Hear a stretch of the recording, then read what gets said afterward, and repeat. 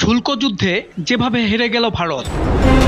মার্কিন president Donald Trump দাবি করেছেন ভারত শুল্ক কমাতে রাজি হয়ে গিয়েছে। শুল্ক ইস্যুতে ভারত এবং আমেরিকা সম্পর্ক কার্যত নয়া মোড় নিয়েছে।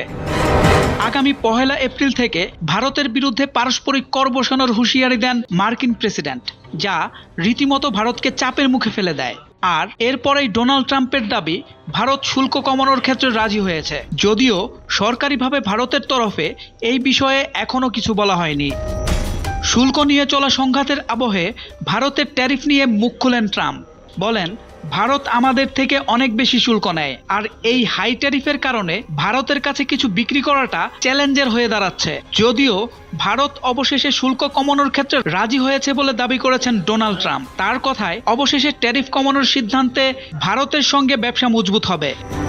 এই বিষয়ে ভারতের তরফে এখনো কিছু বলা না হলেও দ্বিপাক্ষিক বাণিজ্য চুক্তির উপর জোর দিচ্ছে মোদি সরকার। সোহেল মাহমুদ, দৈনিক নতুন সময়, ঢাকা।